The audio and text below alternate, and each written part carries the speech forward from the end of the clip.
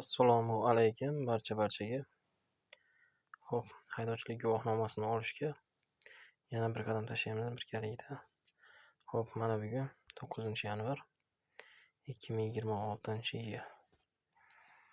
Hammalarga oilaviy xotirjamlik tilayman. Hammalarga eson-omon haydovchilik guvohnomasini olishingizni tilab qolaman. Xo'p, 20 ta savol, 20 ta test javoblari bilan 25 minut vaqt birgalikda boshladik. Xo'p, ushbu tik chiziq nimani bildiradi? Xo'p, temir yo'l kesishmasiga yaqinlashayotgani haqida, xavfli chorrahaga yaqinlashayotganlik haqida, yo'lning kichik radiusli burilish, tik nishaplik va boshqa xavfli joylarda yo'l to'siqlarining yon yuzlarini bildiradi. Xo'p, 3-javob to'g'riga o'xshayapti. Xo'p, endi M3 toifasidagi avtotransport vositalarining boshqaruv qurilmasidagi qanday katta lyuft yig'indisi yo'l qo'yiladi? 20 ni bosamiz.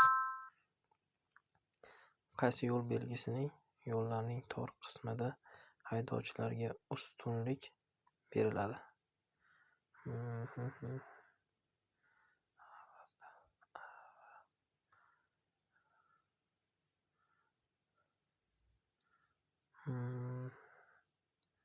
Faqat D.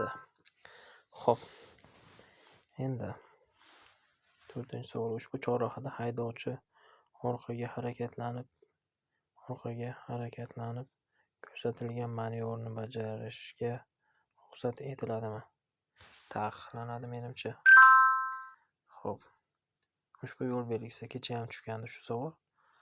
Noto'g'ri belgilandik, qani endi to'g'ri belgilashga harakat qilib ko'ramiz. Ushbu yo'l belgisi qanday maqsadda qo'llaniladi?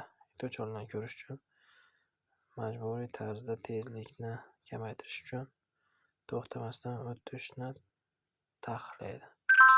To'g'ri belgiladi. Kecha esimizda qolgan ekan. Bu ham kecha tushgandi. Ushbu yo'l belgisi qanday maqsadda qo'llaniladi?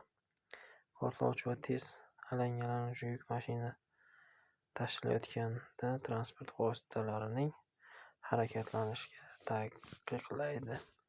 Og'ir yuk, xavfli yuk. Hop, bitta xato qildik mana. Hop, M2 toifadagi avtotransport vositalarining boshqaruv qurilmasida qanday katta lyuft yig'indisiga yo'l qo'yiladi? 20 gradus. Boshida ham beriladi bu savol. Qaysi rasmda ajratuvchi mintaqasi bor bo'lgan yo'l ko'rsatilgan?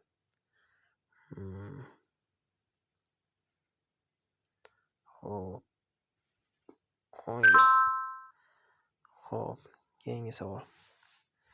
Ushbu chorrahada avtobus haydovchisi kimga yo'l berish kerak? Albatta, ko'k avtomobilga. Xo'p. Ushbu qo'shimcha axborot yo'l belgisi nimani bildiradi demoqchi? Xo'p, barcha turdagi shu javob to'g'ri. 11-savol. Aylanma harakatlanish chorrahasida kim ustunlikka ega, imtiyozga ega deb. Harakatlanayotgan transport vositalari aylanaga kirib kelayotgan transport vositalariga nisbatan ustunlikka ega. To'g'ri javob shu. Chapga burilayotgan haydovchi kesishayotgan yo'lning qatnov qismidan o'tayotgan piyodaga yo'l berish kerakmi?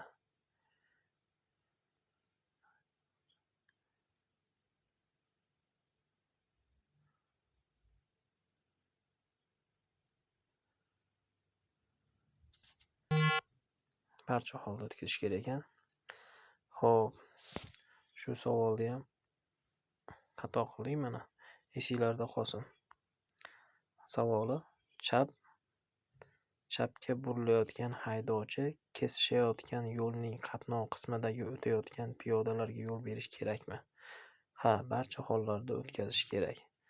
Bandigacha ko'rsatib qo'ygan mana yo'l harakati qoidalari 14-bobi 96-bandida chapga yoki o'ngga burilayotgan haydovchi kesishayotgan yo'lning qatnov qismidagi o'tayotgan piyodalarga Shuningdek, velosiped yo'lkasidagi yo'lni kesib o'tayotgan velosipedchilarga va individual harakatlanish vositalarini boshqarayotgan shaxslarga yo'l berish kerak deb ko'rsatib qo'ygan. Keyingi savolimiz 13-savol. Tumanga qarshi oldi chiroq qorong'u vaqtda yo'lning yoritilmagan qismlarida uzoq yoki yaqin yorituvchi chiroqlari bilan birga qo'llash mumkinmi? Kechayam tushuvdi. Mumkin. To'g'ri javob berdik. Qaysi belgi haydovchiga kesib o'tayotgan yo'lda harakatlanayotgan transport vositasini yo'l berishiga lozim bildiradi?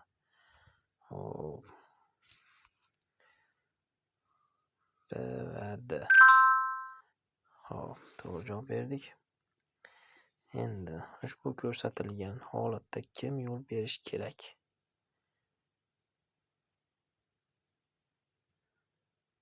Mototsikl haydovchisi yo'l berish kerak. Ushbu belgilardan qaysi biri oldinda yo'l qoplamasi ustida sun'iy notekislik borligi haqida ogohlantiradi? Sun'iy notekislik. B. Ushbu vaziyatda siz o'ng tasmaga harakatlanmoqdasiz. Sizning tasmangizga qayta tuzilishga transport vositasi yo'l berishingiz kerakmi? Kerak emas. Ushbu yo'l belgisi qaysi transport vositalarining harakatlanishini taqiqlaydi?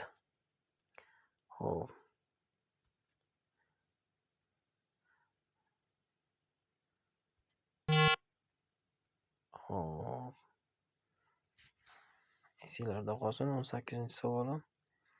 Xavfli yuk transport vositalari harakatlanishini taqiqlaydigan. 3ta xato qildik. Qaysi belgi to'siqni o'ng yoki chap tomondan chetlab o'tishga ruxsat etilishini bildiradi? 5-belgi. 5-belgi. Endi 20-chi. Bu joyda yo'lovchilarni chiqarish yoki tushirish maqsadida to'xtash mumkinmi? Ha, to'xtash mumkin. Asosiy oynaga o'tamiz. Tarixni ko'ramiz. Mana bugun ancha natijalarni yangiladik. 20ta savoldan 17ta savolga to'g'ri javob berdik. 3tasiga noto'g'ri javob berdik. Albatta, hammalardan shunaqa mashqlar qilishinglarni so'rab qolaman. Sekin-sekin natijalar yaxshilanib boradi. Hammalarga imtihondan yaxshi o'tib olib, haydovchilik guvohnomasini olishinglarni tilab qolaman. Biz bilan qoling, kanalimizga a'zo bo'lishni unutmang. Rahmat barchalarga.